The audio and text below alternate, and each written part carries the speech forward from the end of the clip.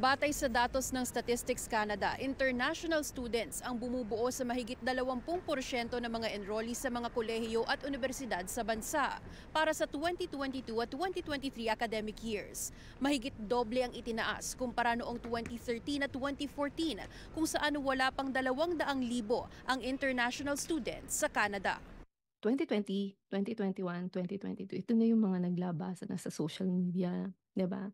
So marami talagang na impluwensya na pumunta dito. Tapos pagdating dito, iba yung nadatnan nila. Kasabay naman ng tumataas na trend sa international student enrollment lalo sa mga kolehiyo, ang siya namang patuloy na pagbaba ng Canadian o domestic student enrollment na hindi na ikinagulat ng ilang eksperto.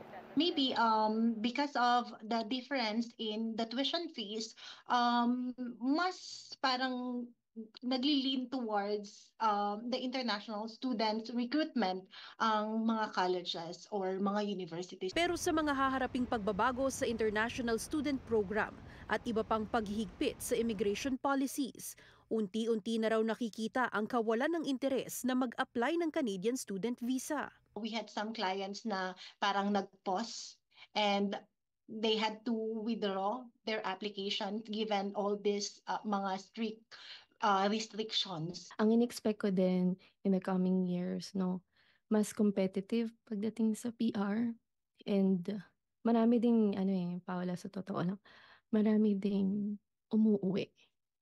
Pumunta na sila dito. Tapos na-realize nila na ay hindi pala ito yung Canada na inakala ko. Meron din talagang umuuwi sa kalagitnaan ng aral nila. Naniniwala si Piandong at De Guzman hindi layunin sa mga reforma ng gobyerno na isara ang student pathway. Bagkus palakasin muli ang programa at siguruhing masasala ng maigi ang mga aplikasyon ng aspiring international students na malaki ang dalang kontribusyon sa bansa.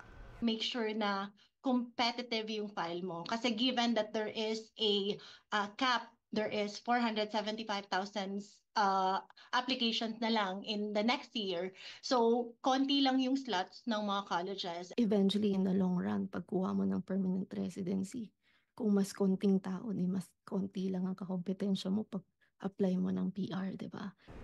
Bukod sa paglimita sa mga tatanggaping international student, hihigpitan din ng Ottawa ang pag-aproba sa panibagong study permit kung nais lumipat ng institusyon, mga hakbang para mapanatili ang integridad ng International Student Program. Paula Saraza, Omni News, Toronto.